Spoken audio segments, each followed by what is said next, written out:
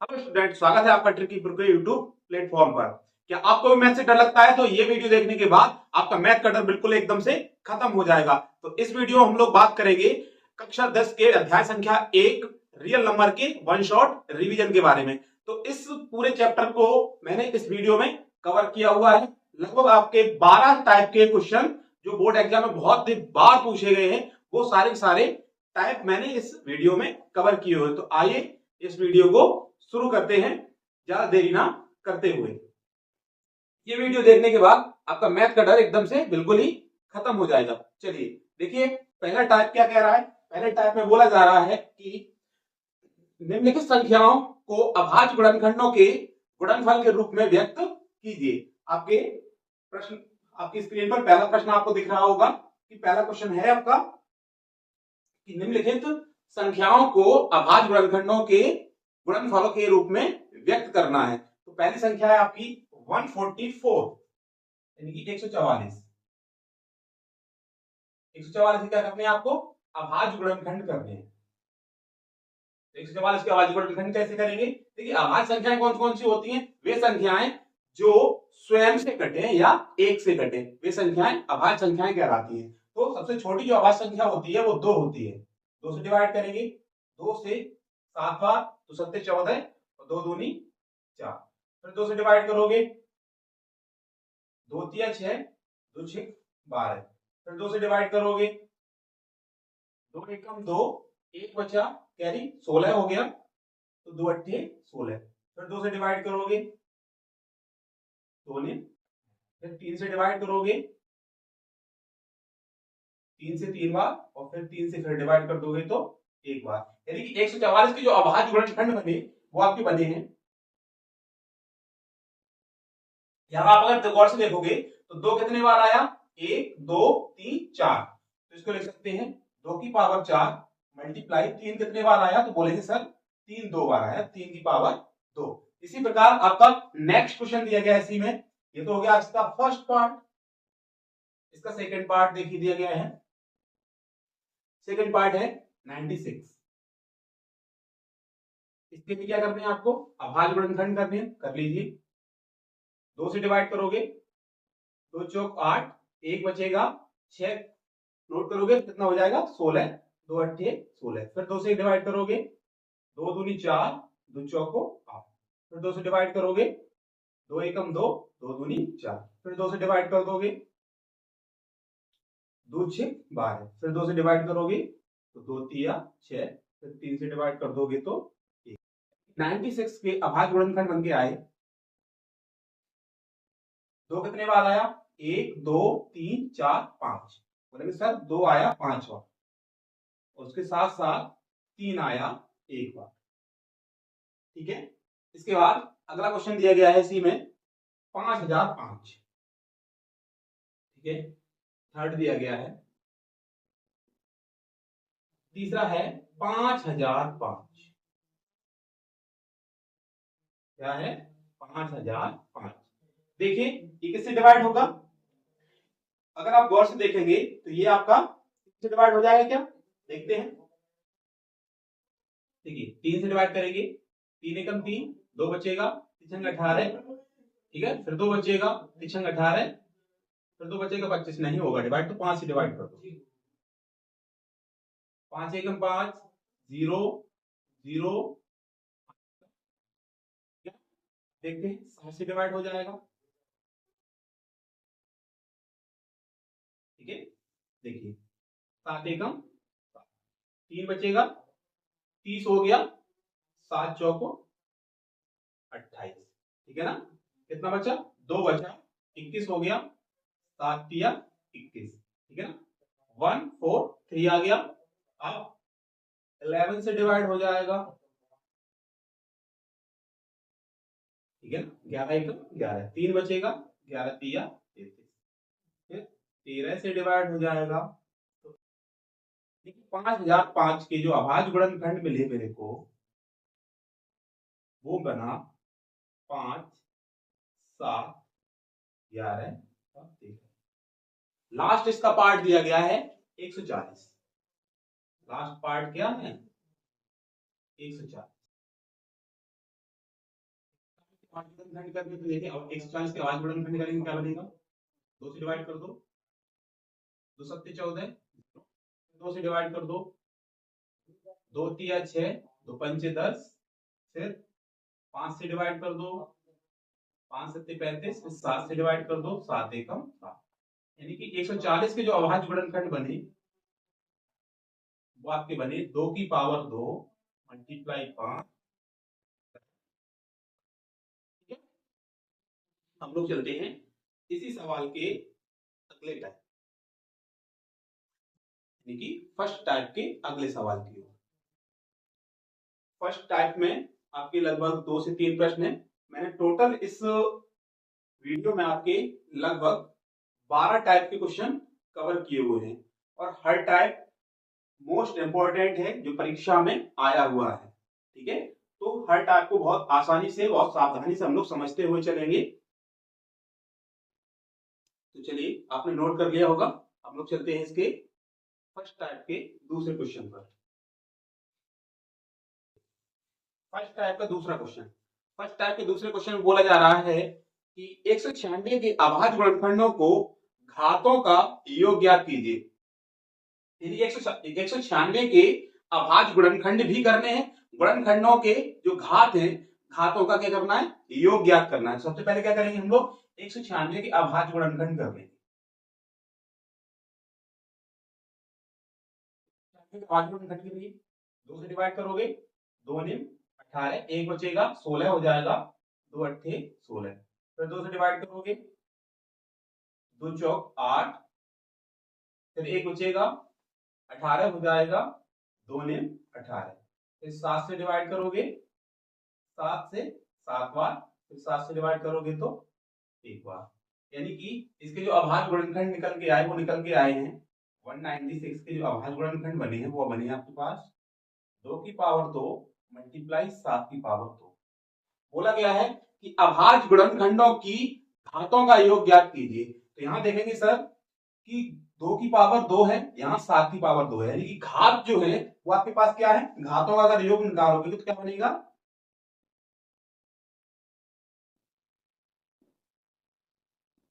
2 की पावर 2 यानी कि 2 प्लस 7 की पावर भी 2 है, कितना हो जाएगा, घातों का योग हो जाएगा 4।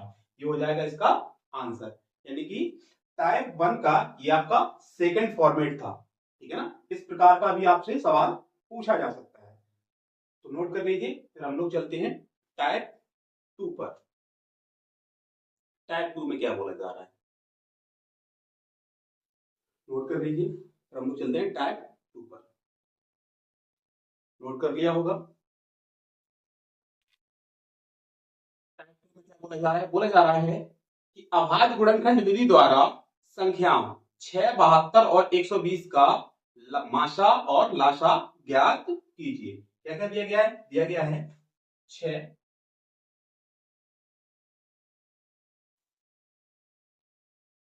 6, 72 और 120।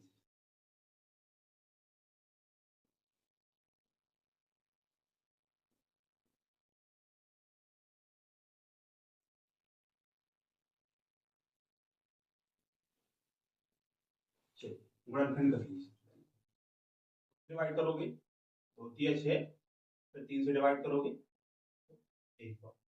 अब इसके फिर से गुणनखंड कर लीजिए, 2 से डिवाइड करोगे, 2 तिया 6, एक बचेगा 12 हो जाएगा, 2 6 12, फिर 2 से डिवाइड कर दीजिए, 2 एकम 2, फिर एक बचेगा तो 2 अट्ठे 16, 2 से डिवाइड कर दीजिए, 2 निम 18, फिर 3 से डिवाइड कर दीजिए, 3 का 9, फिर 3 से डिवाइड करेंगे, 3 एकदम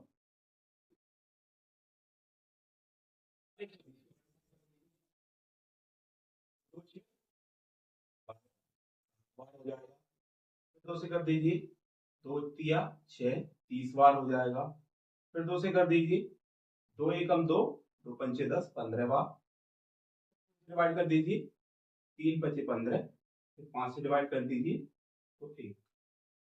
यानी कि 6 के आपके अभाज्य गुणनखंड बने 2,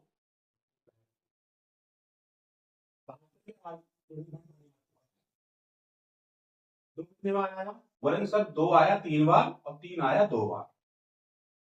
2 की पावर 2 मल्टीप्लाई 3 की पावर 2 की पावर 3 है, 2 की पावर 3 मल्टीप्लाई 3 की पावर 2। इसमें देखेंगे 120 में क्या क्या आया, 2 आया तुम्हारे पास 3 बार, 3 आया एक बार और एक बार आया 5, यानी कि 120 के जो अभाज्य गुणनखंड बने वो आया 2 आया 3 बार और उसके साथ साथ 3 आया एक बार और 5 आया एक बार, यानी 5 की पावर 1, 3 की पावर 1, यहाँ भी पावर लगा सकते हो हम। ठीक है, अब मुझे क्या ज्ञात करना है, मुझे ज्ञात करना है इसका माशा और लासा। तो माशा और लासा कैसे ज्ञात कर सकते हैं? देखिए माशा का मतलब क्या होता है, माशा का मतलब होता है वह बड़ी से बड़ी संख्या जिससे कि जो दी गई संख्याएं हैं वो पूर्णतः डिवाइड हो जाए, और लाशा का मतलब होता है वह छोटी से छोटी संख्या जो दी गई संख्याओं से पूर्णतः विभाजित हो जाए। ठीक है, तो माशा में क्या करना होता है, माशा में जो कॉमन पद होता है उस कॉमन पद की सबसे निम्नतम घात ली जाती है। ठीक है, और लासा में कॉमन पद की सबसे उच्चतम घात ली जाती है, उसके साथ साथ जो पद बच जाते हैं उनको भी इंक्लूड कर लिया जाता है। सबसे पहले हम लोग मासा निकाल लेते हैं।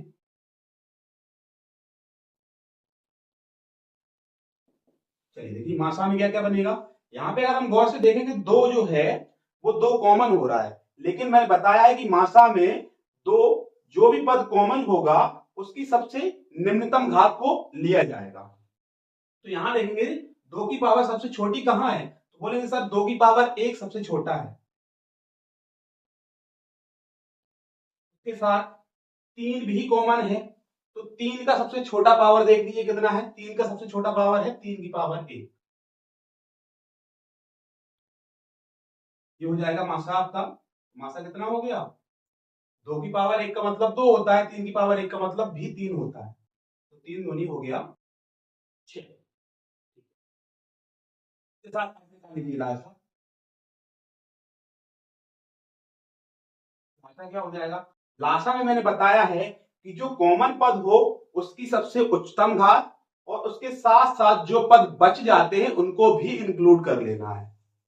तो 2 की पावर यहाँ सबसे बड़ी क्या है, 2 की पावर बोलेंगे सर सबसे बड़ी पावर जो है वो 2 की पावर 3 है, उसी के साथ साथ यहाँ 3 भी कॉमन हो रहा है, तो 3 की पावर सबसे बड़ी देखेंगे 3 की पावर 2 है, उसके साथ साथ बचा क्या, बचा मेरे पास 5 की पावर 1, उसको भी ले लेना है लासा के।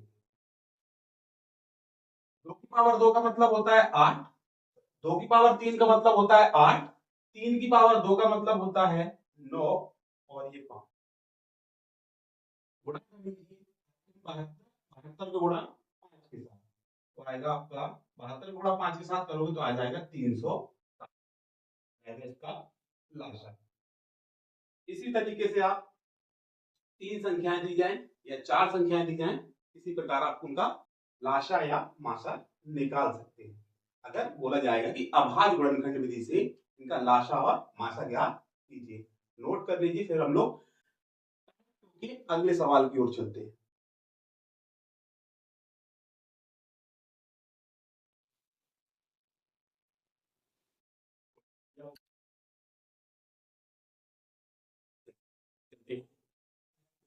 अगले सवाल की ओर बोला जा रहा है कि अभाज्य गुणनखंड विधि द्वारा संख्याओं 96 और 404 का माशा और लाशा का अनुपात ज्ञात कीजिए।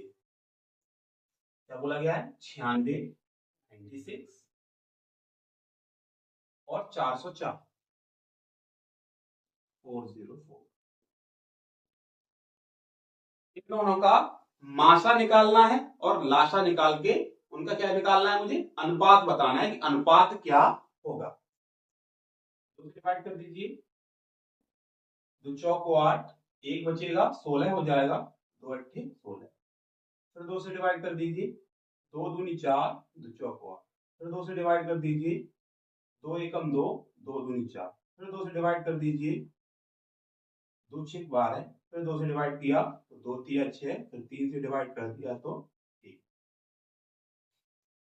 इसकी कर लीजिए, 2 से डिवाइड करेंगे, 2 दूनी 4, 0, 2 दूनी 4, फिर 2 से डिवाइड करोगे, 2 एकम 2, 0 2 एकम 2।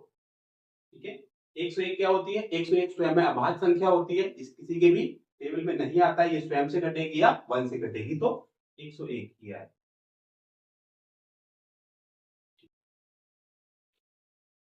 तो मैंने क्या कर दिया, 96 के जो अभाज्य गुणनखंड बने, हमारे पास 96 के अभाज्य गुणनखंड में देखिए क्या क्या आया। 2 जो है वो 5 बार आया है, और 3 जो है वो 1 बार आया है। 2 की पावर 5 मल्टीप्लाई 3 की पावर 404 के देख लीजिए।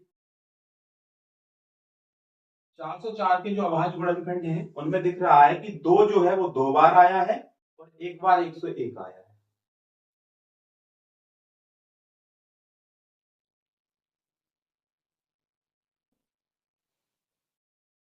ठीक है, मात्रा निकाल लीजिए सबसे पहले इसका। मात्रा निकालेंगे कैसे? मात्रा निकालने के लिए कॉमन पद की निम्नतम घात को उठाया जाता है। तो कॉमन पद की निम्नतम घात कितनी है? देखिए यहाँ पे जो कॉमन पद हो रहा है वो कौन सा हो रहा है? तो बोलेंगे सर 2 हो रहा है। तो 2 का सबसे छोटा पावर कितना है? तो 2 का पावर यहाँ 5 है, 2 का पावर 2 यहाँ है, तो छोटा पावर कितना हुआ? 2 की पावर 2। और कोई पद तो कॉमन हो नहीं रहा है, तो 2 की पावर 2 यानी कि इसका जो माशा निकल के आ गया वो आ गया आपका 4। लासा और निकाल लेना है।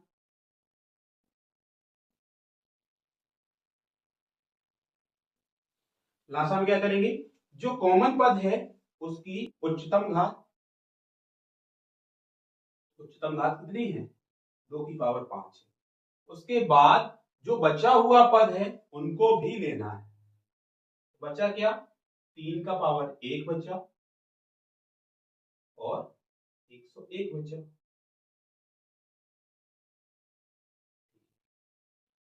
2 की पावर 5 का मतलब होता है 32, 32 मल्टीप्लाई 3,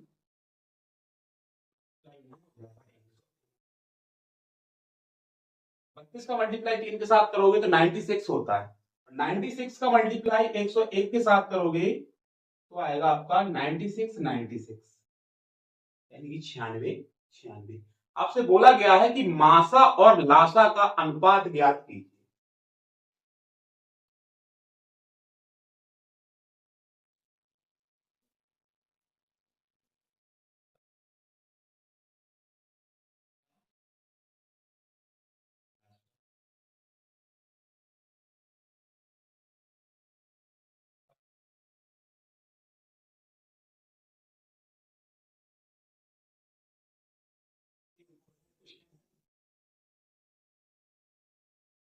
चार बटे हो जाएगा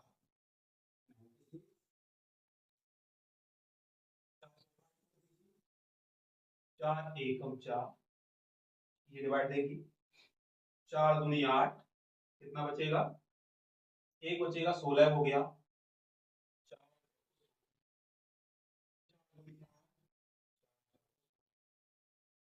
क्या बना? 1:2414,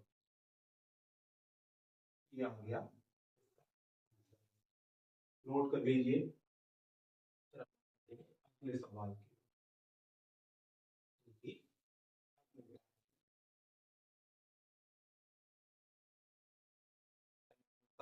अगला सवाल नोट कर लीजिए फटाफट से। अगर वीडियो अच्छी लग रही है तो वीडियो को लाइक करके चैनल को सब्सक्राइब जरूर करिए और अपने दोस्तों के साथ इस वीडियो को शेयर कर दें।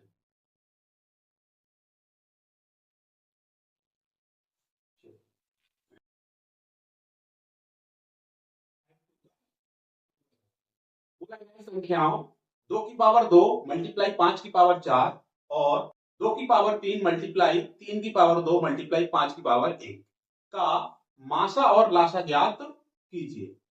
इसमें आपको गुणनखंड नहीं करने हैं, पहले से ही दे रखा है। 2 की पावर 2 मल्टीप्लाई 5 की पावर 4, और क्या दिया है? और दिया गया है 2 की पावर 3 मल्टीप्लाई 3 की पावर 2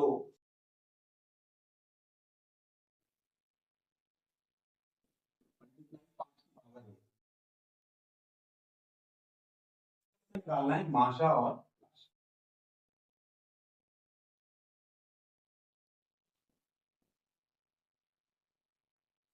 माशा क्या बनेगा इसका? मैंने बताया है कि माशा में क्या होता है, जो कॉमन पद होता है कॉमन पद की निम्नतम घात को उठाया जाता है, और लाशा में कॉमन पद की उच्चतम घात को उठाया जाता है, उसके साथ साथ जो पद बच जाते हैं उन पद को भी इंक्लूड कर लिया जाता है। तो यहाँ पे अगर हम गौर से देखेंगे तो 2 की पावर 2 जो है वो कॉमन हो रहा है, यहाँ 2 की पावर 2 है, यहाँ 2 की पावर 3 है, तो 2 की पावर 2 जो है वो निम्नतम है। साथ साथ यहां देखेंगे 5 की पावर 4 है और यहाँ 5 की पावर 1 है, तो 5 में निम्नतम घात वाला पद कौन सा है? बोलेंगे सर 5 की पावर 1 है।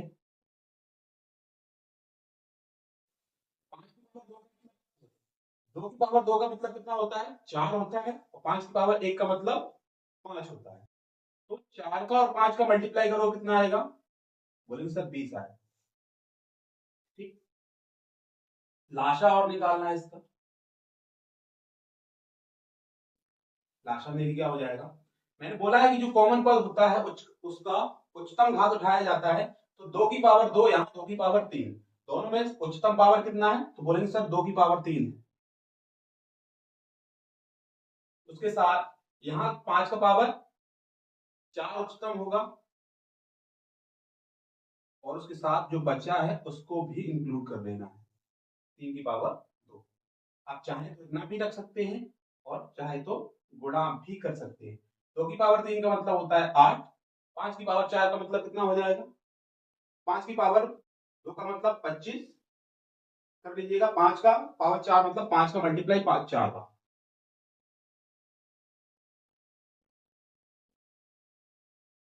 25,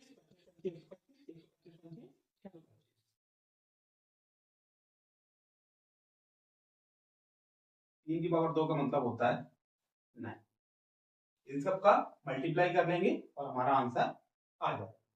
ठीक, आप अगर इतना भी करके आ जाएंगे तभी आंसर आपका बिल्कुल सही हो जाएगा। ठीक है, मासा में आप ना लिख के आ जाएंगे, मल्टीप्लाई नहीं करेंगे तब भी आपका आंसर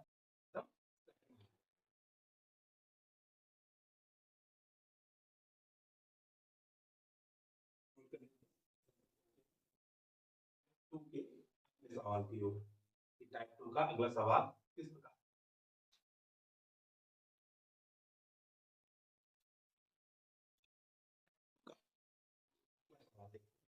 बोला जा रहा है? व्यंजकों x minus 2, x minus 2, x plus 4 whole power 2 और x माइनस 2 का होल स्क्वायर का लाशा यानी एलसीएम और एचसीएफ ज्ञात कीजिए।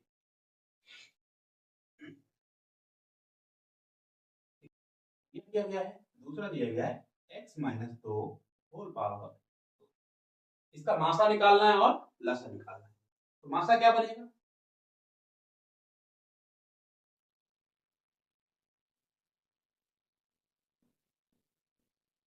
बोलेंगे सर मासा बन जाएगा, देखिए यहाँ पे कॉमन कौन सा पद होगा?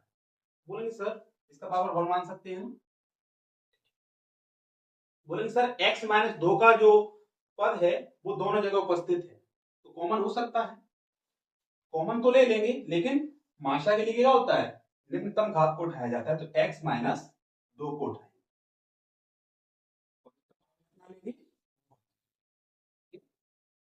ये आपका हो जाएगा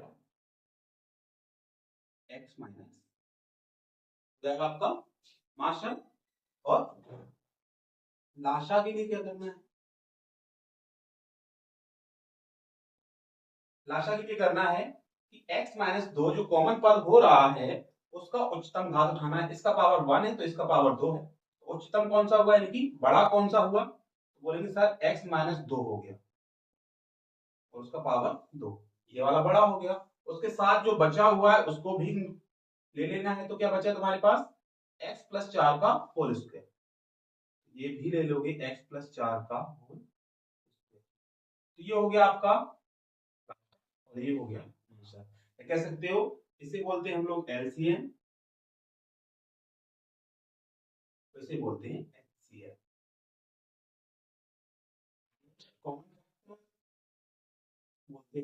लोएस्ट कॉमन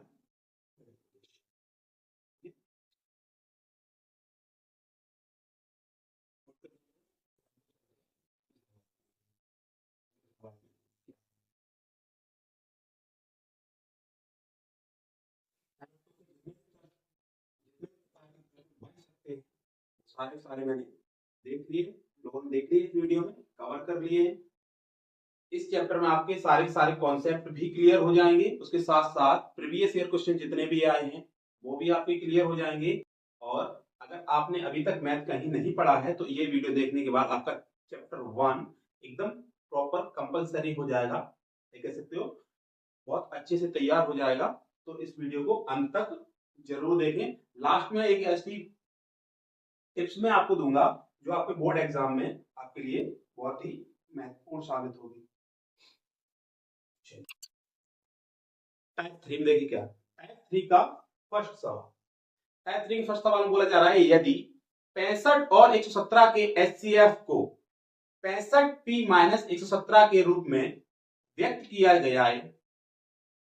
जाए तो p का मान क्या होगा। ठीक है, बोला गया है 65 और 117 65 और के एचसीएफ को पहले क्या करना पड़ेगा, एचसीएफ निकालना पड़ेगा। एचसीएफ ऑफ 65 और 117 इक्वल 65p-117 ये दे रखा है। तो बोला गया है कि p का वैल्यू क्या होगा। सबसे पहले इसका एचसीएफ निकालेंगे। तो कैसे निकालेंगे एचसीएफ, गुणनखंड विधि से, अभाज्य गुणनखंड से निकालें। सबसे पहले 65 का 5 से डिवाइड कर दीजिए, 3 से डिवाइड होगा नहीं, डिवाइड कर दीजिए 5 से कम 5, 5 दिया 15, 13 से डिवाइड कर दीजिए, ये हो गया आपका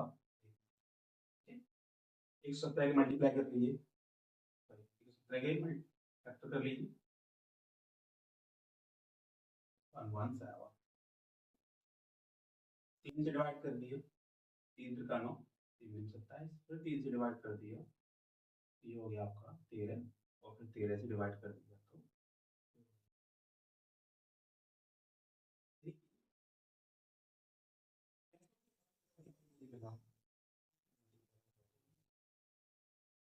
तो मल्टीप्लाई फैक्टर करने पर मुझे मिला 3 की पावर 2 मल्टीप्लाई 13। तो इसका एचसीएफ बना क्या,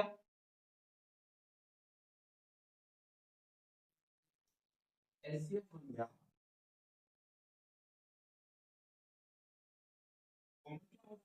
बोले सर कॉमन जो है वो 13 हो रहा है, तो इसका एचसीएफ बन गया 13।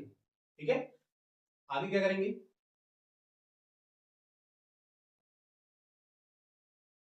बोला 65 और 117 को लिखा गया है 65p-117 के रूप में। तो हम लोगों ने एचसीएफ निकालिया, कितना आया 13। तब 13 यानी कि 13 बराबर हो जाएगा 65p माइनस का 170। ठीक है, 117 को इधर लेके आएंगे 13 के पास, तो प्लस का हो जाएगा, बचेगा तुम्हारे पास 65p, दोनों को जोड़ोगे हो जाएगा 130।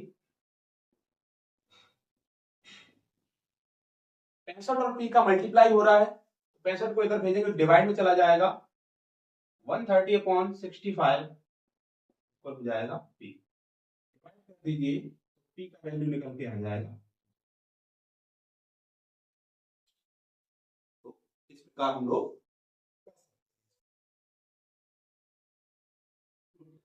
बहुत ही महत्वपूर्ण क्वेश्चन था। अगले सवाल में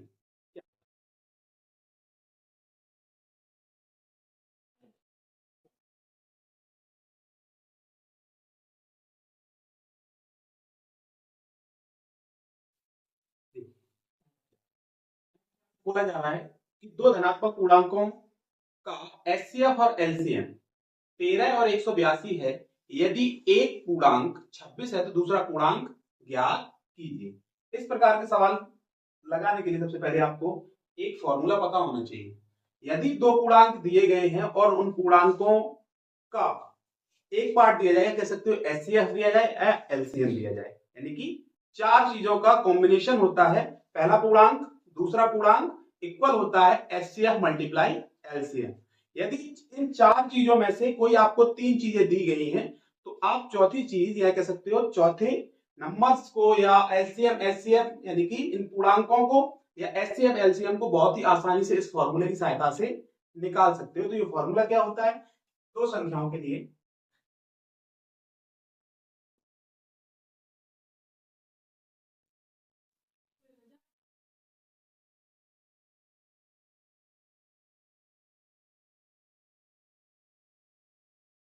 दो संख्याओं के लिए होता है ए मल्टीप्लाई बी। जैसे कि मान लीजिए आपके पास ए और बी दो संख्याएं हों, ए मल्टीप्लाई बी इक्वल होगा ए और बी का एचसीएफ मल्टीप्लाई ए और बी का एलसीएम। इस फॉर्मूले की सहायता से आप इन चार चीजों में से कोई सी भी तीन चीजें दी जाए, कह सकते हो कोई सी भी तीन वैल्यूज दी जाए, आप चौथी वैल्यू को बहुत ही आसानी से निकाल सकते हैं। जैसा कि इस प्रश्न में बोला गया है कि दो धनात्मक पूर्णांकों का एचसीएफ और एलसीएम 13 और 182 है। यदि एक पूर्णांक 26 है तो दूसरा पूर्णांक ज्ञात कीजिए। तो हम लोग इसी फॉर्मूले के हिसाब से निकाल सकते हैं। एचसीएफ आपको दिया गया है,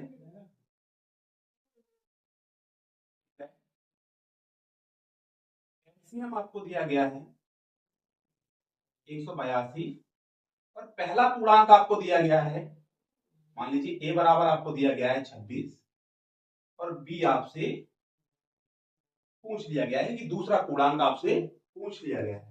तब आप लोगों को क्या करना है, तब आपको पता है फॉर्मूला होता है कि ए क्रॉस बी इक्वल होता है एफ क्रॉस एल सी। ए के स्थान पर ए का वैल्यू रख दोगे 26 मल्टीप्लाई बी इक्वल एचसीएफ के स्थान पर एचसीएफ का वैल्यू रख दोगे 13 मल्टीप्लाई एलसीएम के स्थान पर एलसीएम का वैल्यू रख दोगे। क्या फाइंड करना है, 26 यहाँ मल्टीप्लाई में इधर से इसको इधर भेज दोगे तो डिवाइड में चला जाएगा, यानी कि बी इक्वल निकल के आ जाएगा 182 अपॉन 26।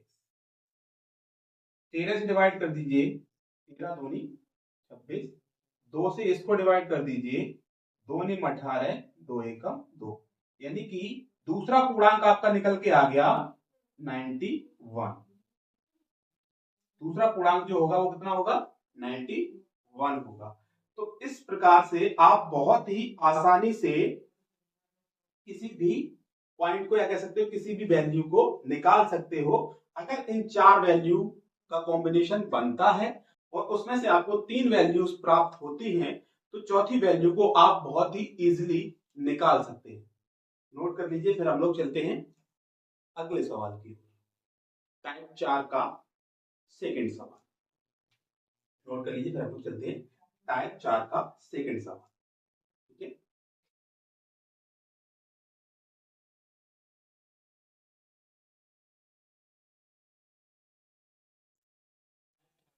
सेकंड सवाल बोला क्या है, यदि एलसीएम 132, 288 इक्वल 3600 3168 है तो एचसीएफ 132, 288 ज्ञात कीजिए। यानी कि 132 और 288 का लासा यदि 3168 है तो 132 और 288 का माशा क्या होगा, दिया गया है।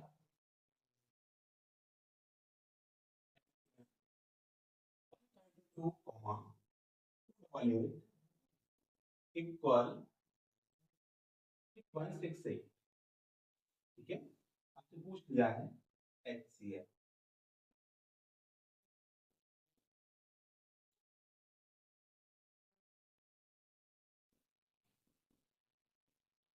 ये आपको क्या करना है, फाइंड करना है। तो मैंने अभी आपको एक फॉर्मूला बताया है,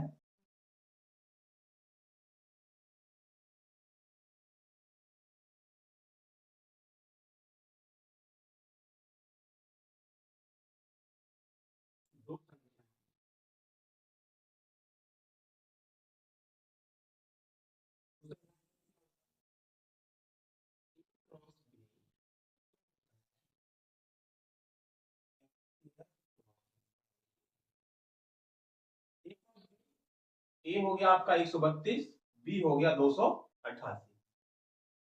132 multiply 288 equal HCF multiply LCM के स्थान पे क्या रखोगे, ये रहा आपका 3168। 3168 यहां मल्टीप्लाई में है, इसको इधर लेके आओगे डिवाइड पे चला जाएगा, यानी कि जाएगा HCF 132 मल्टीप्लाई 288 100 डिवाइड कर दीजिए, डिवाइड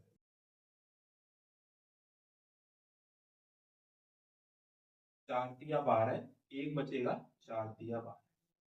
इधर देखिए 4 सत्ते 28, 3 बचा 36 हो गया, 4 ने 36, 4 दूनिया, ठीक है। डिवाइड कर दीजिए, 11 से डिवाइड कर दीजिए, 11 तिया 33, इसको करोगे 11 सत्ते 77, 2 बचेगा 22 हो जाएगा, 11 दूनी 22। फिर 3 से डिवाइड फिर कर दीजिए, 3 दूनी 6, 3 चौक 12। 24 से डिवाइड इसको कर दीजिए,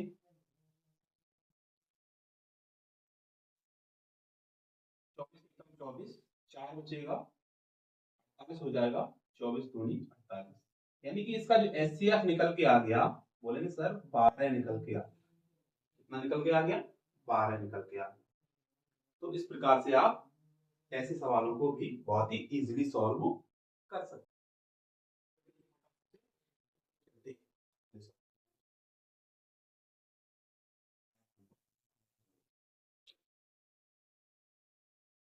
मैंने क्या किया है, टोटल इसमें 12 टाइप सॉल्व किए हुए हैं।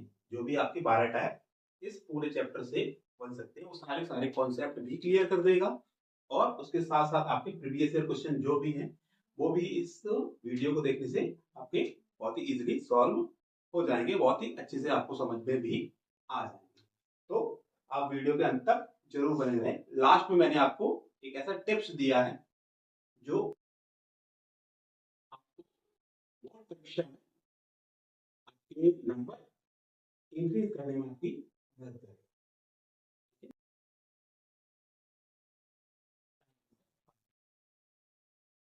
फाइल में बोला गया है कि निम्नलिखित में से कौन सी सह अभाज्य संख्याएं हैं। आपके 4 ऑप्शंस दिए गए हैं, 14 35, ठीक है।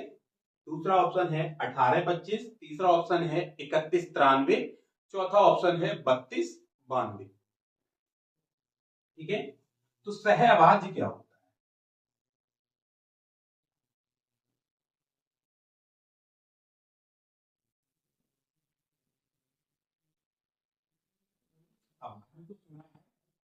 लेकिन सह अभाज्य क्या होता है? अभाज्य संख्या सुनिए, वे संख्याएं जो स्वयं से कटे, अभाज्य संख्याएं होती हैं। लेकिन सहअभाज्य क्या होता है, उसी का एक पार्ट होता है, ठीक है। सहअभाज्य वे संख्याएं जो केवल एक से डिवाइड होती है, या कह सकते हो वे संख्याएं जिनका एचसीएफ केवल एक हो, सहअभाज्य संख्याएं कहलाती है। जैसा कि इस 4 ऑप्शन में आपको दिख रहा होगा 14 और 35, पहला ऑप्शन है आपका 14 और 35। ये दोनों संख्याएं जो हैं वो 7 की टेबल से कट जाती हैं, बहुत ही आसानी से 7 की टेबल से डिवाइड हो जाएंगी।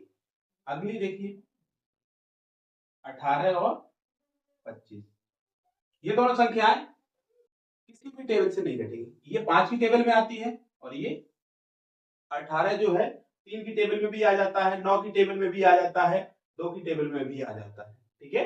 तो ये दोनों संख्याएं जो हैं वो एक टेबल में नहीं आ सकती, या कह सकते हो एक संख्या के पहाड़े में नहीं आ सकती। तो हमारी सहअभाज्य संख्या हो जाएंगी, इनका अगर एचसीएफ देखोगे तो कितना होगा, 1 होगा, और हमारी जो सहअभाज्य संख्या हो जाएंगी आपका ऑप्शन नंबर बी 18,25 हो जाएगा। अगर तीसरे वाले ऑप्शन को देखोगे जो 31 और 93 दिया गया है, तो 31 के पहाड़े से ही डिवाइड हो जाएंगी दोनों, तो इसका एचसीएफ जो बनेगा वो 31 बन जाएगा। लास्ट वाला जो ऑप्शन दिया गया है 32 और 92, इनका भी एचसीएफ एक ना होकर अलग ही होगा कुछ। देखिए क्या हो जाएगा, इसको डिवाइड करो कितना हो जाएगा, 46 हो जाएगा, यानी कि 4 हो जाएगा।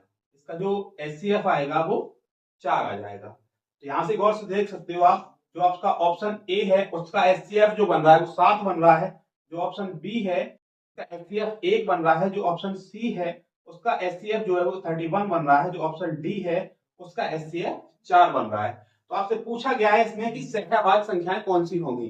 तो सहवाचक के लिए मैंने आपको बताया है कि वे संख्याएं जिनका एचसीएफ 1 होगा वही सहवाचक संख्याएं कहलाएंगी। तो आपका ऑप्शन बी जो है बिल्कुल सही आंसर हो जाएगा, क्योंकि इनमें इसका एचसीएफ जो आपको दिख रहा है वो कितना दिख रहा है, 1 दिख रहा है।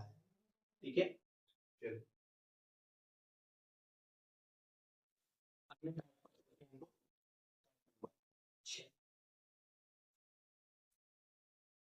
बोला गया है वो है बड़ी से बड़ी संख्या ज्ञात कीजिए जिससे 245 और 1037 को विभाजित करने पर प्रत्येक दशा में शेषफल 5 प्राप्त हो। ठीक है, बोला गया है कि वह बड़ी से बड़ी संख्या, बड़ी से बड़ी संख्या का मतलब क्या हो गया, बड़ी से बड़ी संख्या का मतलब मैंने शुरुआत में आपको बताया था कि बड़ी से बड़ी संख्या अगर बोल दिया जाएगा तो एचसीएफ ज्ञात करना है, यानी कि माशा ज्ञात करना है, और अगर छोटी से छोटी संख्या बोल दिया जाएगा तो आपको एलसीएम यानी कि लाशा ज्ञात करना है। तो इस क्वेश्चन में बोला गया है कि वह बड़ी से बड़ी संख्या ज्ञात कीजिए जिससे 245 और 1037 को विभाजित करने पर प्रत्येक दशा में 5 शेषफल प्राप्त होता है। यानी कि आपको संख्याएं दी गई हैं,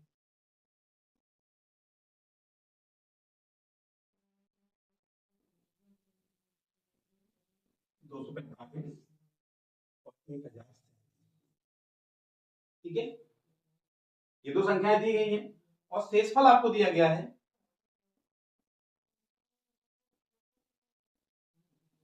5। पूछा गया है कि सबसे बड़ी संख्या कौन सी होगी जो इन दोनों संख्याओं को पूर्णतः विभाजित तो कर देगी इन शेषफल को हटाने के बाद। तो पहले शेषफल रहित संख्याएं निकाल लो। अभी जो संख्याएं दी गई हैं वो शेषफल सहित संख्याएं हैं। शेषफल सहित का मतलब हो गया एक ही इनमें शेषफल अभी इंक्लूड है, यानी कि जुड़ा हुआ है। ठीक है, अभी मुझे क्या करना है, इस शेषफल को हटा देना, उसके बाद जो संख्याएं निकल के आएंगी उनका एचसीएफ निकाल लेंगे तो मुझे पता लग जाएगा कि बड़ी से बड़ी संख्या कौन सी होगी। सबसे पहले निकाल लेंगे शेषफल रहित संख्या।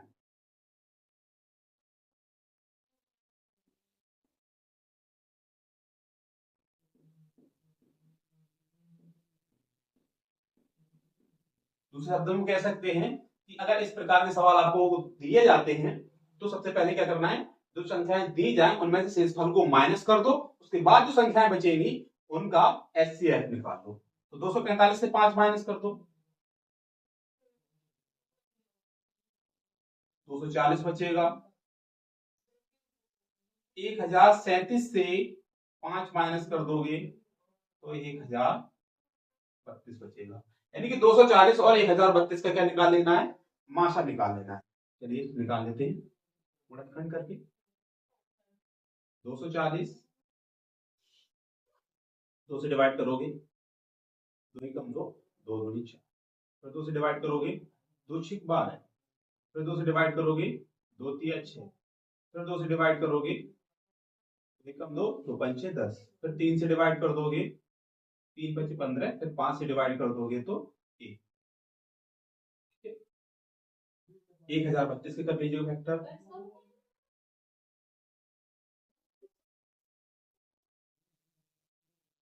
2 से डिवाइड करो, 2 5 10, 2 कम 2, 2 6 12, फिर 2 से डिवाइड कर दो, 2 दूनी 4, 2 5 10, 2 8 16, फिर 2 से डिवाइड कर दो।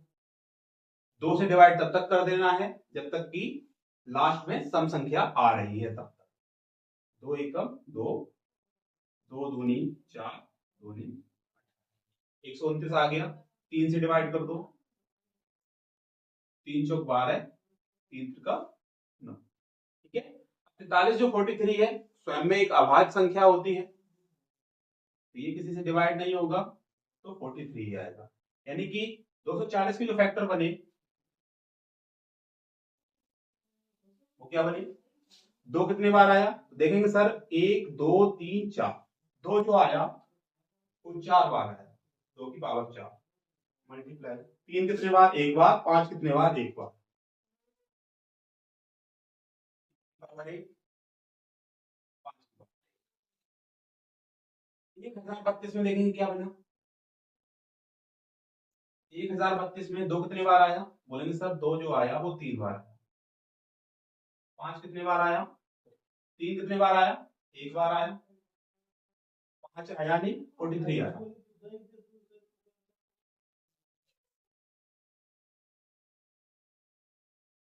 माशा निकाल लीजिए इसका, ये का निकालना पड़ता है, माशा निकालना पड़ता है। माशा के लिए मैंने बताया है कि क्या करोगे, कॉमन पद देखोगे और कॉमन पद की निम्नतम घात को देखना है। कॉमन पद कौन कौन सा है, दो देखो हो रहा है, और दो में निम्नतम पावर का कौन सा है, 2 की पावर 3, ठीक है। कॉमन हो रहा है, 3 की पावर कितना है, एक है, और कोई पद कॉमन तो हो नहीं रहा, छोड़ दे। 2 की पावर 3 का मतलब 8 होता है, और 3 की पावर 1 का मतलब 3 ही होता है, तो कितना हो गया, बड़ी से बड़ी संख्या बोला गया था, तो सबसे बड़ी संख्या जो होगी वो 24 होगी, जो 245 और 1032 को विभाजित करने पर 5 शेषफल प्राप्त कराएगी, ठीक है।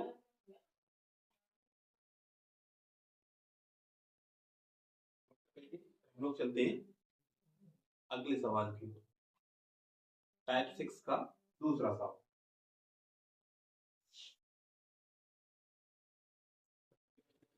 लाइक जरूर कर दें, दोस्तों के साथ शेयर जरूर।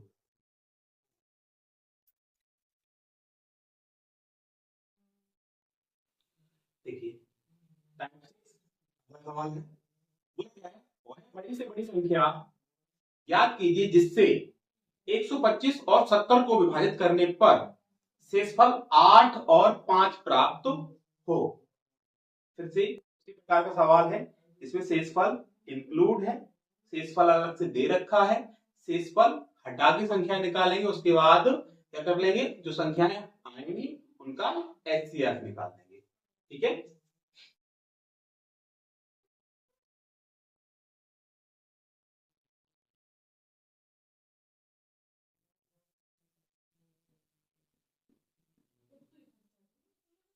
संख्या देखिए, संख्या जो दी गई है वो 125 है, 125 से 8 माइनस कर दो, बोला गया है कि 125 और 70 को विभाजित करने वाले शेषफल जो हैं, विभाजित करने पर शेषफल 8 और 5 प्राप्त होता है, तो 125 से 8 को माइनस कर देना है और 70 से 5 को माइनस कर देना है।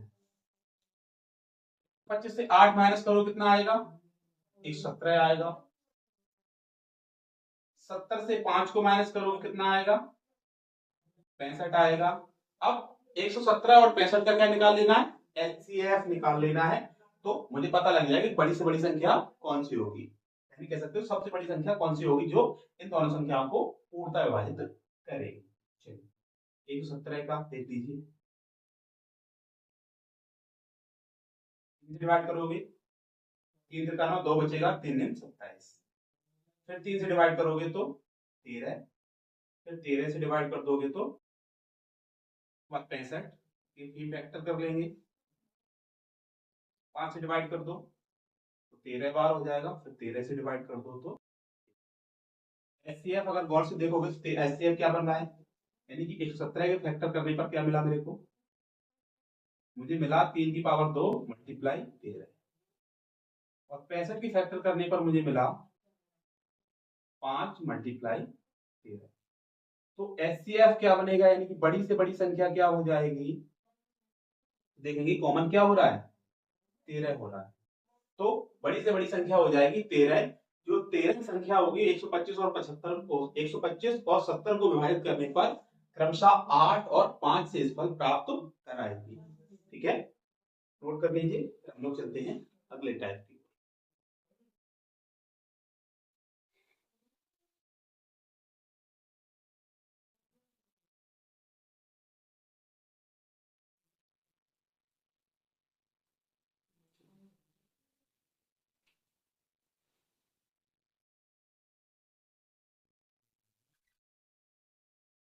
अगला सवाल देखिए। अगले सवाल में बोला जा रहा है कि जांच कीजिए कि क्या प्राकृत संख्या n के लिए संख्या 6 की पावर n अंक शून्य पर समाप्त हो सकती है। ये बहुत ही महत्वपूर्ण सवाल है, काफी बार पूछा गया है बोर्ड एग्जाम में, तो देख लेते हैं हम लोग। देखिए, अगर इस प्रकार का सवाल आता है तो बोला जाता है कि कोई संख्या है, उसकी पावर n लगी हुई है, ठीक है, पूछा गया है कि 0 पर समाप्त होगी या नहीं होगी। संख्या 0 पर समाप्त कब होती है? संख्या 0 पर समाप्त तब होती है जब उस पर उसके गुणनखंड करने पर मुझे क्या मिल जाए? 2 और 5 मिल जाए। 2 और 5 का गुणा करने पर कितना मिलता है? 10 मिलता है।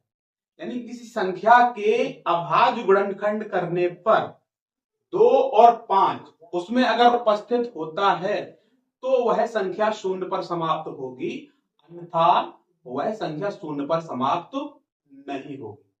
ठीक है, बोला गया है, तुमसे पूछा गया है क्या 6 की पावर n शून्य पर समाप्त होगी?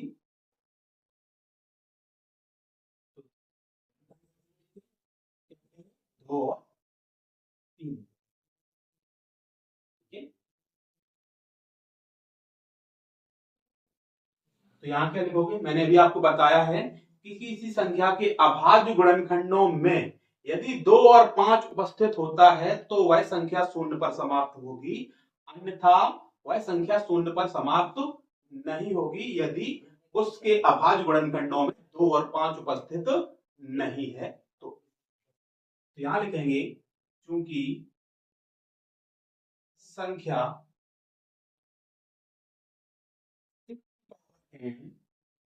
की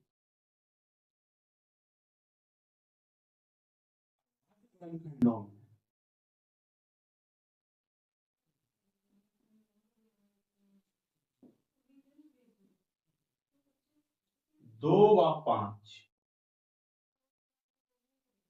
उपस्थित नहीं है,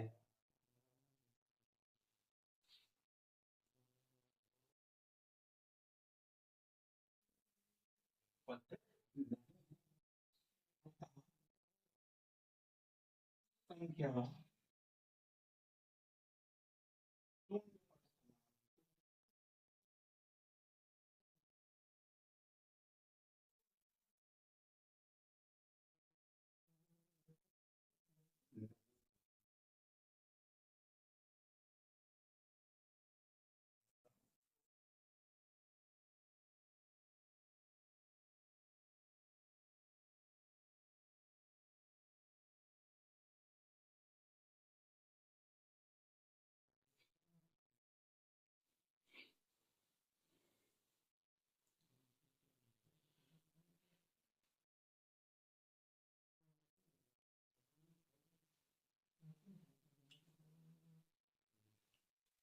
सवाल नंबर बोला गया है जांच कीजिए कि निम्न में से कौन सी अपरिमेय संख्या है। पहला दिया गया है आपको 2, क्या है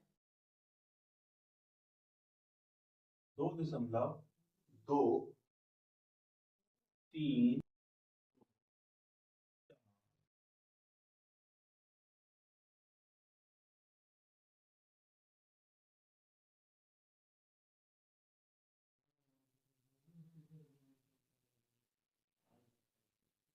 2.4, 2.5। तीसरा दिया गया है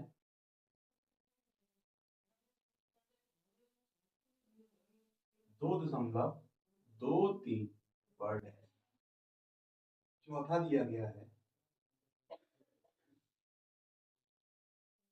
2.2। ये और पूछा गया है कि इनमें से कौन सी संख्या अपरिमेय संख्या है। तो संख्या तो दिख रही होगी, तो सभी को पता है कि एक परिमेय संख्या, परिमेय संख्याओं की डेफिनेशन होती है वह संख्याएं जो P बटे Q के फॉर्मेट में व्यक्त की जा सकती हैं और जहां पर Q का मान 0 के बराबर नहीं होता है, परमी संख्याएं कहलाती हैं। अपरमी संख्याओं की डेफिनेशन होती है कि वे संख्याएं जो P बटे Q के फॉर्मेट में व्यक्त नहीं की जा सकती और वहां Q का मान 0 के बराबर नहीं होगा। ठीक है, ऐसा भी कह सकते हैं। तो यहां देखेंगे कि दो जो है वो P बटे Q के फॉर्मेट में लिखी जा सकती है, तो ये परिमेय संख्या होगी। ये देखिए 2.232425, ठीक है ना, और डॉट डॉट लगा हुआ है। अब अगर यहां पे देखेंगे, यदि कोई संख्या है दशमलव के बाद अगर रिपीट हो रही है, ठीक है, जैसे कि इस वाली तीसरे वाले पॉइंट में देखेंगे तो 2.23 पर डैश दिया गया है। इसका मतलब यह है कि दशमलव के बाद जो दो अंक हैं 2-3 वो लगातार रिपीट हो रहे हैं अनंत तक। अगर इस प्रकार की संख्या इस प्रकार का रिपीटेशन चलता है तो ये एक परिमेय संख्या होती है। और यदि जो ऑप्शन नंबर 2 में दिया गया है कि 2.232425 प्रकार का रिपीटेशन चल रहा है, यानी कि ये इसे बोलते हैं हम लोग आसान अनावर्ती, ठीक है ना, आसान अनावर्ती इसे बोलते हैं आसान आवर्ती, ठीक है ना। तो यहां अनावर्ती हो रहा है, पहले 2 आया, फिर 3 आया, फिर 2 आया, फिर 4 आ गया, फिर 2 आया, फिर 5 आ गया, फिर 2 आया होगा, फिर 6 आया होगा, फिर 2 आया होगा, फिर 7 आया होगा। इस क्रम में ये चल रहा है। अगर इस तरीके का चलता है तो ये अपरिमेय संख्या होती है।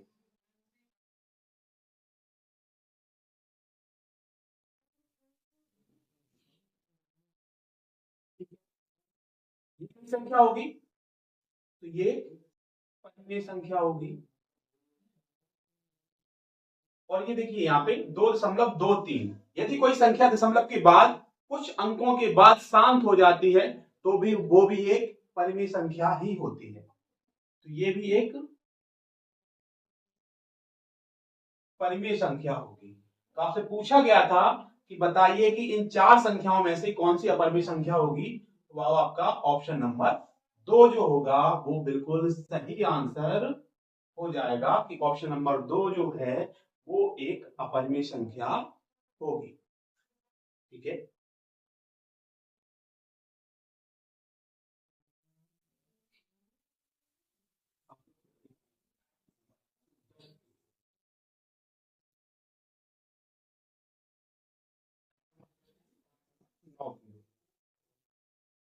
नंबर 9 में क्या बोला जा रहा है, 9 में कुछ क्वेश्चन दिए गए हैं, उन क्वेश्चनों के आपको आंसर देने हैं कि यदि कोई परिमेय संख्या को किसी परिमेय संख्या के साथ घटाया जाता है तो किस प्रकार की संख्या प्राप्त होती है। तो सीधी सभी को पता है, सीधा सीधा इसका आंसर आप दे सकते हो कि मान लीजिए जैसे कि मान लो 4 एक परिमेय संख्या है, इसको किसी एक अन्य परिमेय संख्या के साथ घटाया जा रहा है, जैसे मान लो 2 के साथ घटाया जा रहा है, जब 4 में से 2 जाएगा तो 2 बचेगा और 2 किस प्रकार की संख्या होती है, बोलेंगे सर परिमेय संख्या होती है। यानी कि पहला वाला जो ऑप्शन आपको दिया गया है कि परिमेय संख्या से परिमेय संख्या को घटाया जाए तो किस प्रकार की संख्या प्राप्त होगी, तो बोलेंगे सर परिमेय संख्या प्राप्त होगी। इसका दूसरा दिया गया है कि परिमेय संख्या को अपरिमेय संख्या के साथ घटाया जाए तो किस प्रकार की संख्या प्राप्त होगी। ठीक है, क्या बोला गया है कि परिमेय संख्या को अपरिमेय के साथ घटाना है। जैसे कि मान लो परिमेय संख्या आपकी 3 है, अपरिमेय संख्या आपकी √2 है। ठीक है, तो परिमेय संख्या को जब अपरिमेय संख्या के साथ घटाओगे तो एक अपरिमेय संख्या ही प्राप्त होगी। यहां क्या प्राप्त होगा, पहले वाले पॉइंट पे, पहले वाले पॉइंट पे प्राप्त होगा परिमेय, दूसरे वाले पॉइंट पे क्या प्राप्त होगा, दूसरे वाले पॉइंट पे प्राप्त होगा अपरिमेय।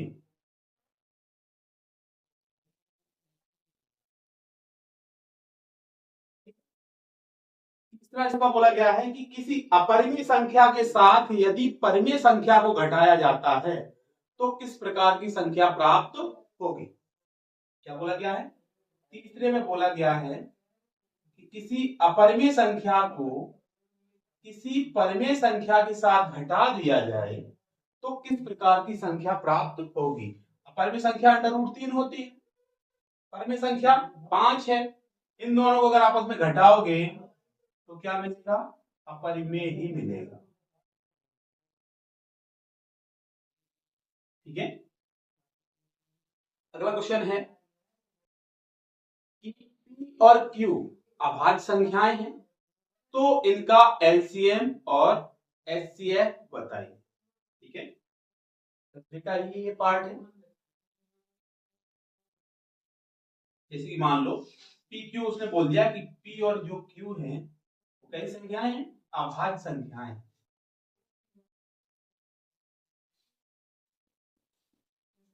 ठीक है, जैसे कि मान लो मैं एग्जांपल के थ्रू आपको समझा देता हूं कि जैसे कि मान लो आपके पास 3 है, ये भी एक अभाज्य संख्या होती है। ठीक है, 5 है, ये भी एक अभाज्य संख्या होती है। अगर इन दोनों का एलसीएम निकालना हो, क्या निकालना हो मुझे, एलसीएम निकाल,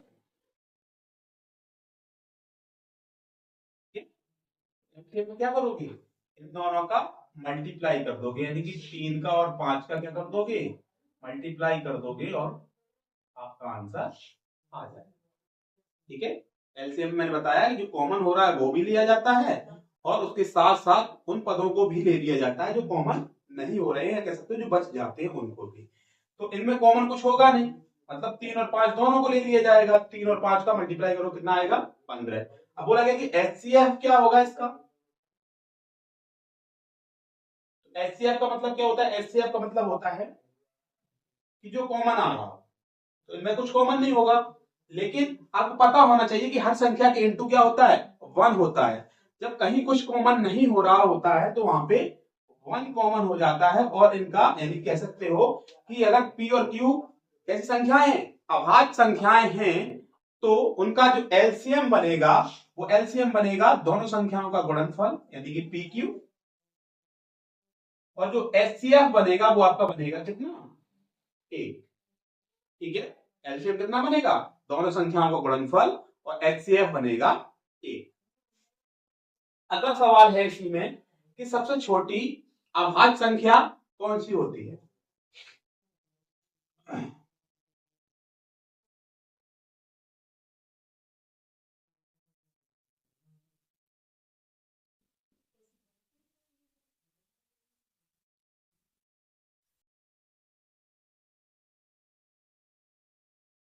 छोटी अभाज्य संख्या और सबसे छोटी भाज्य संख्या।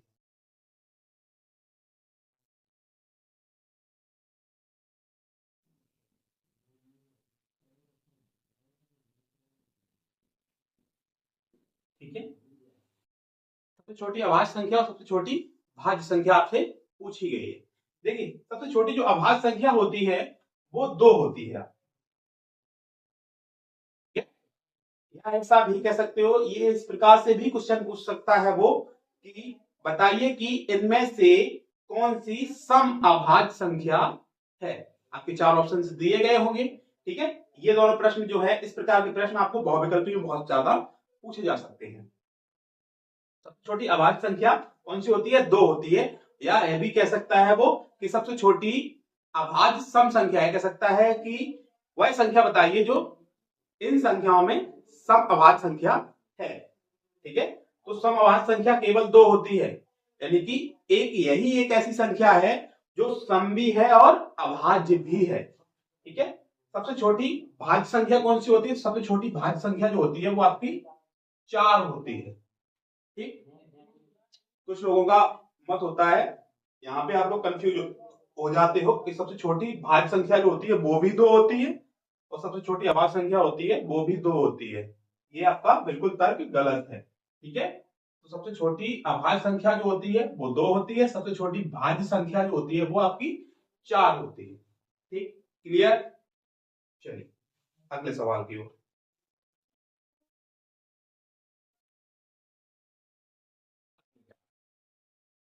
अगला टाइप सीखने से पहले आप लोगों को एक प्रेमी पता होना बहुत जरूरी है। अगर आप लोगों को वो प्रेमी पता नहीं है तो आप अगले टाइप को सॉल्व नहीं कर सकते। ठीक है,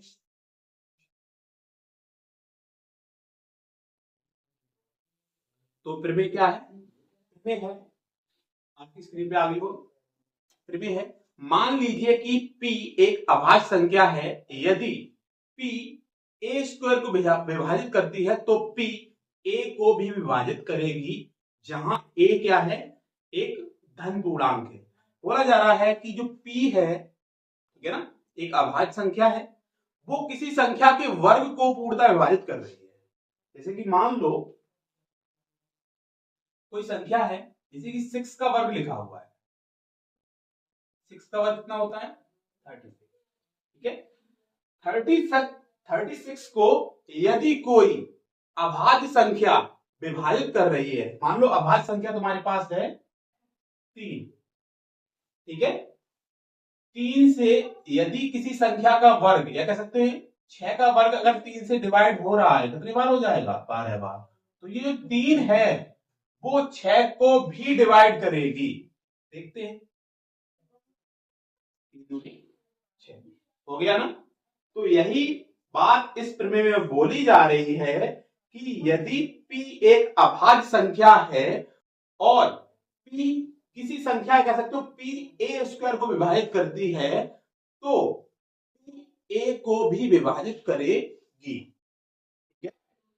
समझ आ गई कि यदि किसी संख्या के वर्ग को कोई अभाज्य संख्या विभाजित कर रही है तो यह अभाज्य संख्या इस संख्या को भी पूर्णतः क्या करेगी, विभाजित करेगी। ठीक, क्लियर। चलिए अब हम लोग चलते हैं टाइप नंबर 10 पर। ठीक है, टाइप नंबर 10 क्या बोला जा रहा है, टाइप नंबर 10 में बोला जा रहा है सिद्ध कीजिए कि √3 एक अपरिमेय संख्या, बोला जा रहा है सिद्ध कीजिए कि √3 एक अपरिमेय संख्या है। तो क्या करना है, इस फॉर्मेट का सवाल यदि आपके बोर्ड एग्जाम में बनता है तो लगभग 4 से 5 अंक का बनेगा।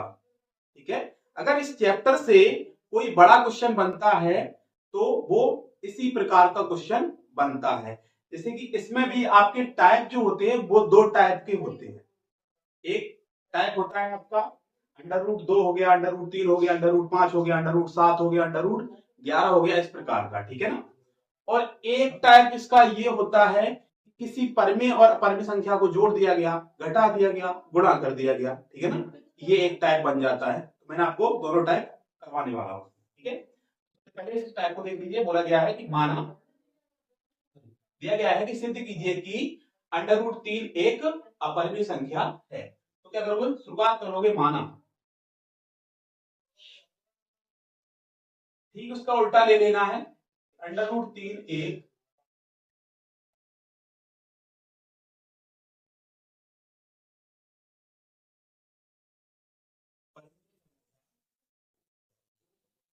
√3 एक परिमेय संख्या होगी, तो √3 जो है वो बराबर होगी p/q के। ठीक है, यहां तक क्लियर। और p और q क्या होंगे,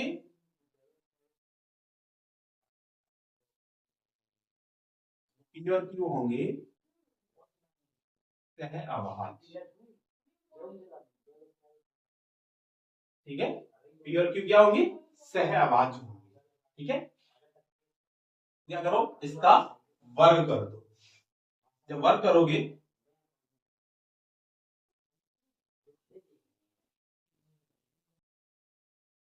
वर्ग क्या हो जाएगा, 3 का वर्ग बराबर हो जाएगा p²/q²। ठीक है, ये हो जाएगा।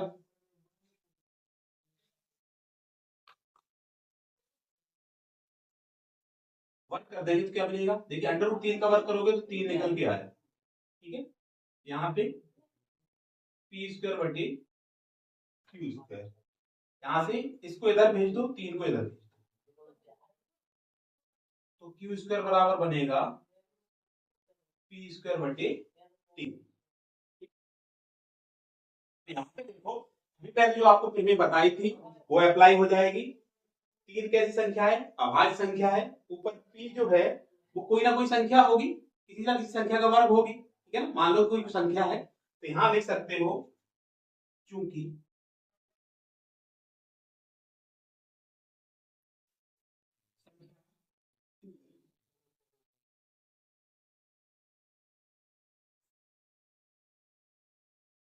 तो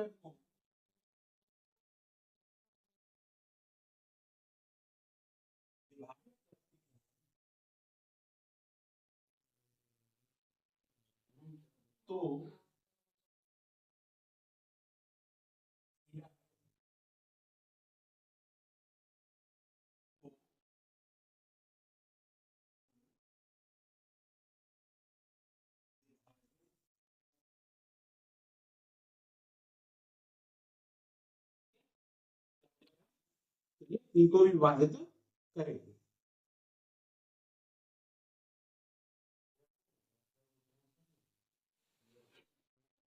ध्यान रखेंगे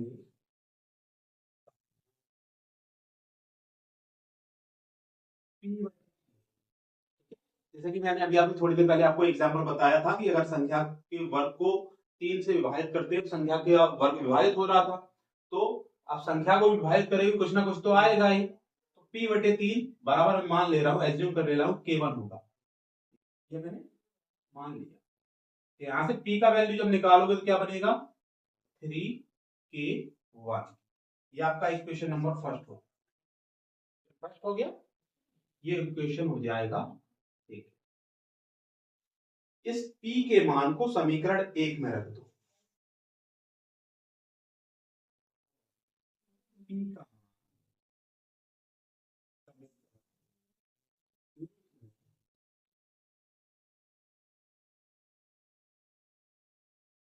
क्या हो जाएगा, क्यू स्क्वायर बराबर हो जाएगा 3k1 का स्क्वायर बटे 3। क्यू स्क्वायर बराबर यहाँ कितना, 3 का वर्ग करो कितना हो जाएगा 9 हो जाएगा। 9k1 का स्क्वायर बटे में आ जाएगा 3।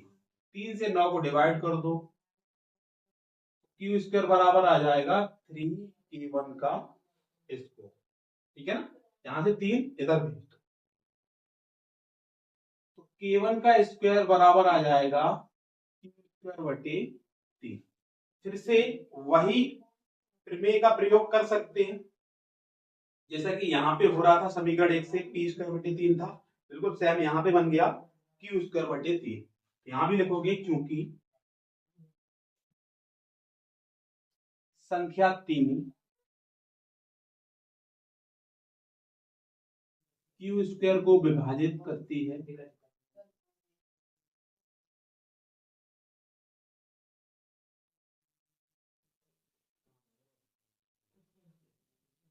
विभाजित करती, तो यह क्यू को भी विभाजित करेगी।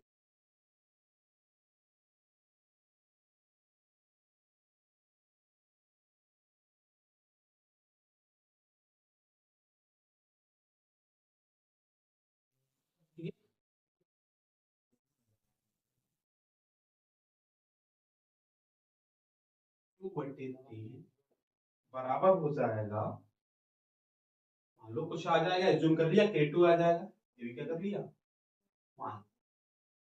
आगे क्यू का वैल्यू निकालोगे तो निकल के आएगा 3k।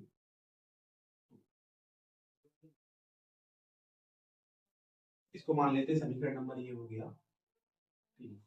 अगर हम यहाँ गौर से देखेंगे तो शुरुआत में मैंने क्या किया था, p और q को सहअभाज्य माना था। समीकरण 2 और समीकरण 3 से दिख रहा है कि p और q का अगर HCF निकालेंगे तो 3 बनेगा। शुरुआत में p और q को सहअभाज्य मान लिया था, तो मतलब इनका HCF 1 होना चाहिए था। ये तो सरासर तुम्हें दिख रहा है कि ये गलत हो रहा है, यहाँ HCF 1 मान रखा है और यहां से HCF मेरे को 3 मिल रहा है, तो अलग हुआ ना। तो कह सकते हैं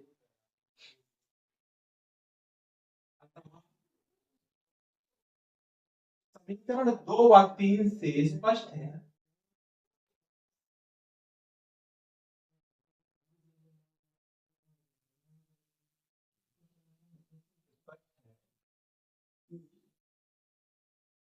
क्यू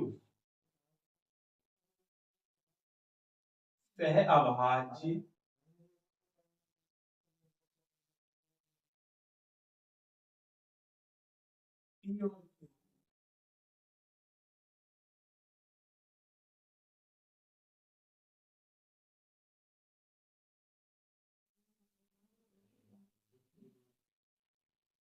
पी व क्यू का है निष्ठ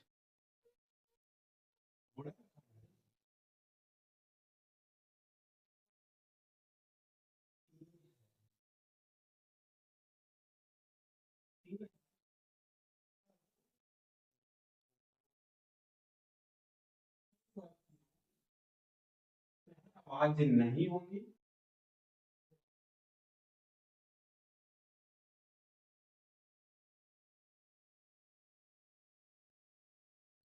हमारी पूर्व कल्पना गलत है, इसलिए हमारी पूर्व कल्पना गलत है।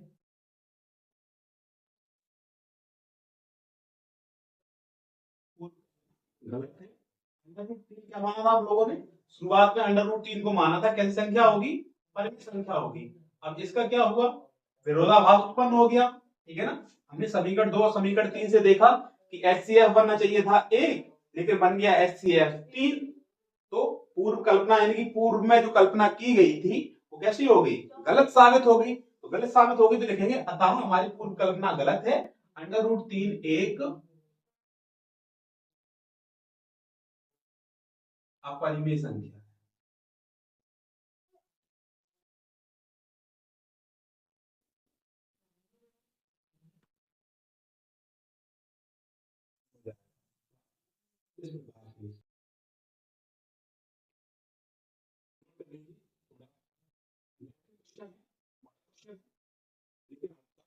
बोर्ड एग्जाम में आ गया प्रश्न तो आपको 4 से 5 नंबर आपके बिल्कुल क्लियर करके जाएगा, अगर आप बिल्कुल इस फॉर्मेट से आप लगा के आएंगे।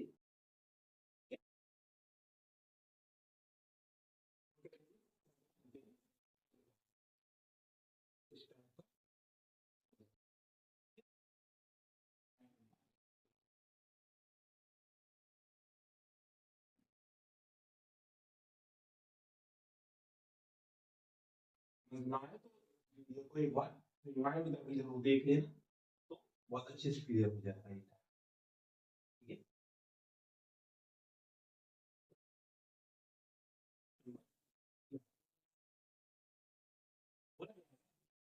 सिर्फ ये कि 5 माइनस अंडर रूट तीन एक अपरिमेय संख्या है। ठीक है, क्या बोला है? बोला क्या है कि 5 माइनस अंडर रूट तीन एक अपरिमेय संख्या है। हम लोग क्या करते हैं? मान लेते हैं, माना 5 माइनस अंडर रूट तीन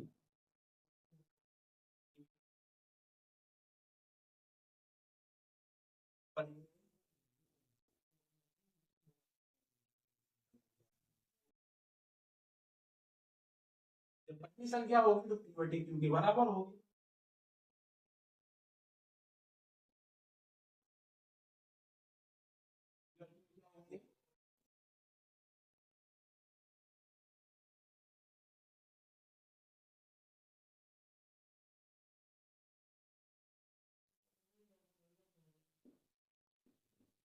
ठीक है, पी और क्यू क्या होंगे? सह अभाज्य होंगे। और यहां पर जो क्यू होगा वो 0 के इक्वल नहीं होगा। अब क्या करेंगे? पक्षांतर करते हैं, अंडर रूट तीन को इधर भेज देंगे, पी बटे क्यू को इधर भेज देंगे। ठीक है, पी 5 माइनस पी बटे क्यू बराबर हो जाएगा अंडर रूट तीन। ठीक है, एलसीएम ले लेंगे, इसके अपॉन कितना होगा? 1 होगा। क्यू का मल्टीप्लाई इधर कर दो, 1 का मल्टीप्लाई इधर कर दो। 5 क्यू माइनस पी बटे क्यू बराबर हो जाएगा अंडर रूट तीन। यहां तक क्लियर? ठीक है, ये हो जाएगा आपका इक्वेशन नंबर फर्स्ट। ठीक है, यहां तक क्लियर हो गया। यहां लिखेंगे चूंकि पी व क्यू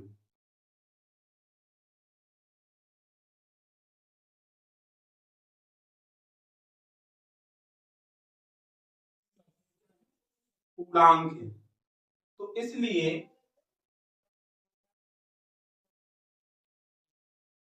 5q माइनस पी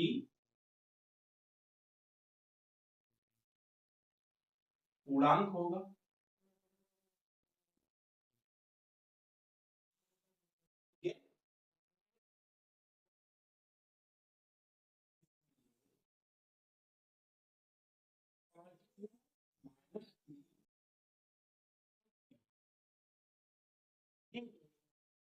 होगा ये सकते हो कैलकुलेशन लिखा होगा।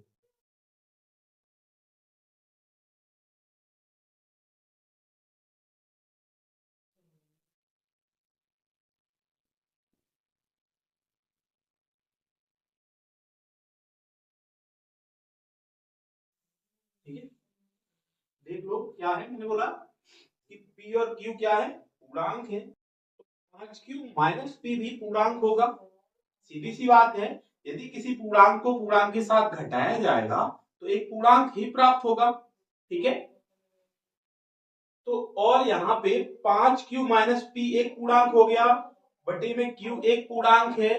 तो अगर पूर्णांक को पूर्णांक के साथ भाग किया जाता है तो एक परिमेय संख्या बन के तैयार हो जाती है।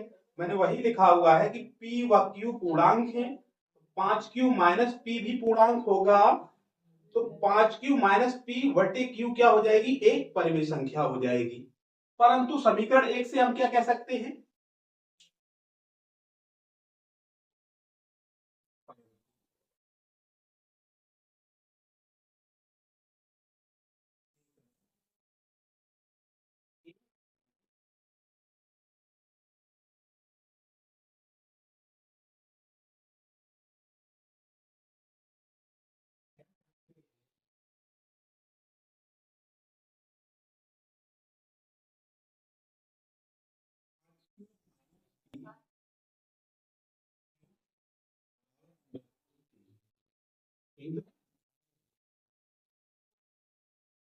जो कि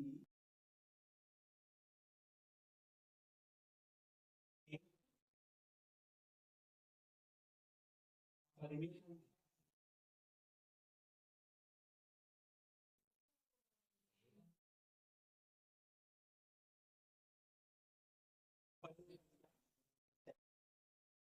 परिमेय संख्या है। अतः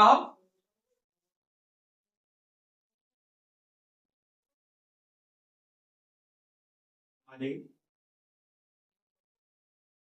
पूर्व कथन का विरोधाभास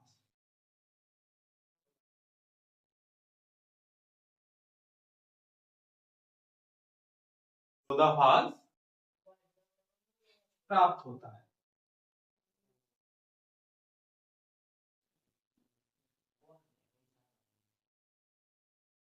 पूर्व कथन का विरोधाभास का मतलब क्या हो गया, जो पूर्व में मान रखा है कि ये परिमेय संख्या है, लेकिन ये परिमेय संख्या निकल के क्या निकल आई, अपरिमेय संख्या है। मतलब यहाँ परिमेय, यहाँ अपरिमेय। तो क्या हुआ, विरोधाभास का मतलब होता है विपरीत, यानी कि तर्क जो रहा वो कैसा रहा, अपोजिट यानी विपरीत रहा। अतः हमारे हमारे पूर्व कथन का विरोधाभास प्राप्त होता है, तब हमारी पूर्व कल्पना गलत है।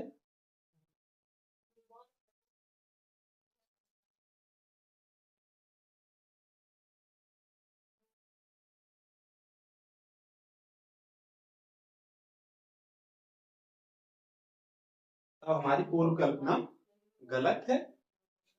तो जो संख्या मानी थी परिमेय वो कैसी रहेगी, अपरिमेय, यानी कि 5 माइनस अंडर रूट।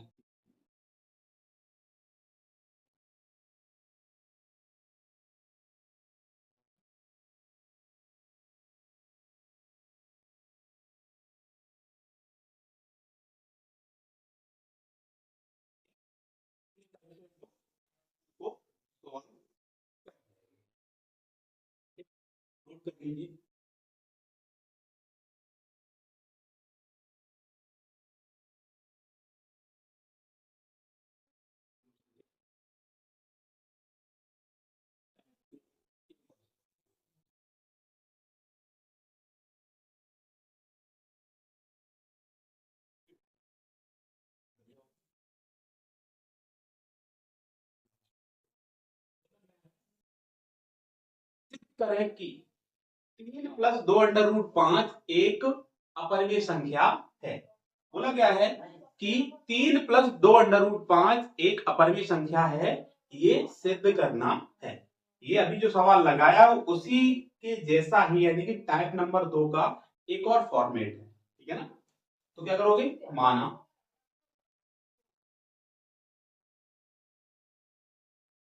3 प्लस 2√5 एक कैसी संख्या है, परिमेय संख्या है।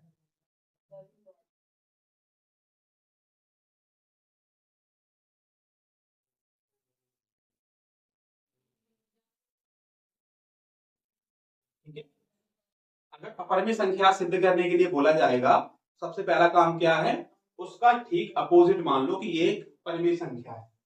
तो ये क्या हो जाएगा, 2√5 बराबर किसके हो जाएगा, पी बटे क्यू के।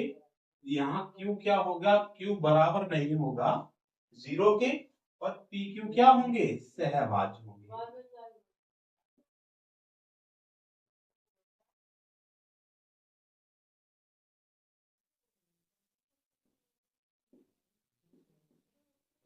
ठीक है, पी बटे क्यू को इधर लेके आओ, 2√5 को उधर लेके जाओ। 3 माइनस पी बटे क्यू बराबर हो जाएगा 2√5। बिल्कुल सेम प्रोसेस पिछले सवाल के जैसा है। अपॉन में क्या मान लोगे, 1 मान लोगे, एलसीएम ले लोगे, इसका मल्टीप्लाई इधर कर दोगे, इसका मल्टीप्लाई इधर कर दो। ठीक है, तो हो जाएगा 3q माइनस पी बटे में क्या आ जाएगा, क्यू बराबर में हो जाएगा 2√5 हो जाएगा।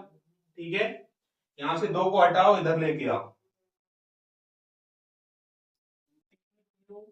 माइनस पी अपॉन 2q बराबर हो जाएगा √5, इक्वेशन फर्स्ट।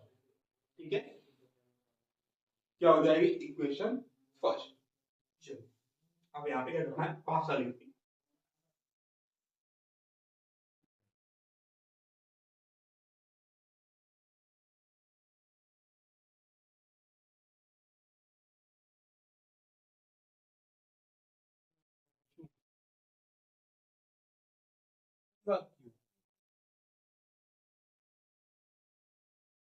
पूर्णांक, पी और क्यू क्या है, पूर्णांक है, इसलिए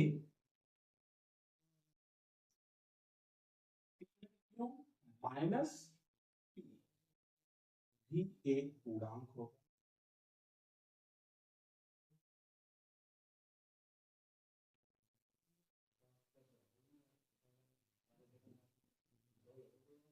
ठीक है, क्या होगा, पूर्णांक होगा। तो 3q माइनस पी पूर्णांक हो गया, q पूर्णांक है, 2 भी पूर्णांक ही है आपका, मैं यहां लिख दे रहा हूं 2 कोमा का, 2 कोमा पी व q पूर्णांक। तो ये जब पूर्णांक होगा, जब पूर्णांक को पूर्णांक के साथ भाग किया जाएगा तो क्या होगा, एक परिमेय संख्या बनकर तैयार हो जाएगी, यानी कि 3q माइनस पी बटे 2q एक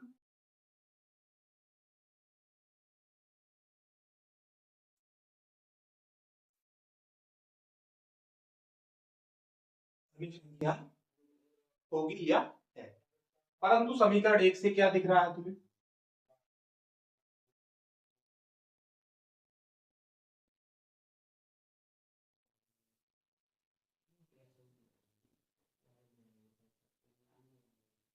समीकरण 1 से हम कह सकते हैं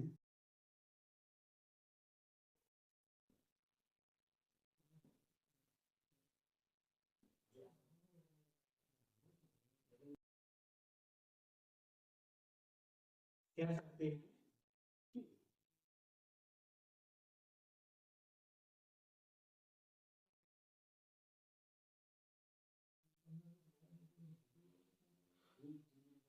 कि 3q माइनस पी बटे 2q बराबर किसके है, √5 के है, जो एक अपरिमेय संख्या है।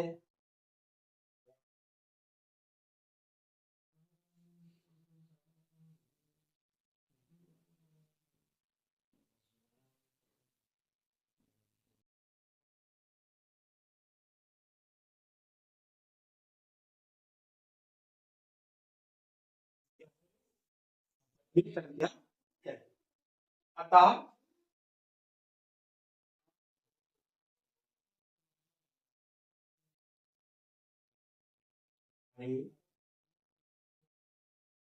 पूर्व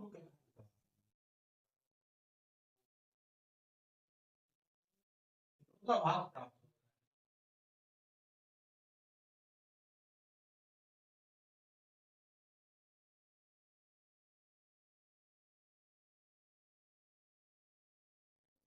विरोधाभास प्राप्त होता है।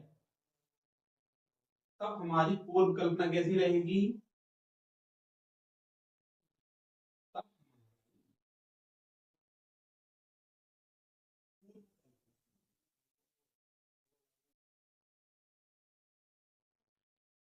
गलत। पूर्व कल्पना गलत है। शुरुआत में मैंने क्या किया था, 3+2√5 को जो है वो माना था एक परिमेय संख्या, लेकिन मुझे यहां से पता लगा कि √5 तो एक अपरिमेय संख्या होती है, ठीक है ना। तो हमारा पूर्व कथन जो हमने शुरुआत में मान रखा था वो कैसा हो गया, गलत साबित हो गया। तो इस कंडीशन में हमारी पूर्व कल्पना गलत है। 3+2√5 एक अपरिमेय संख्या।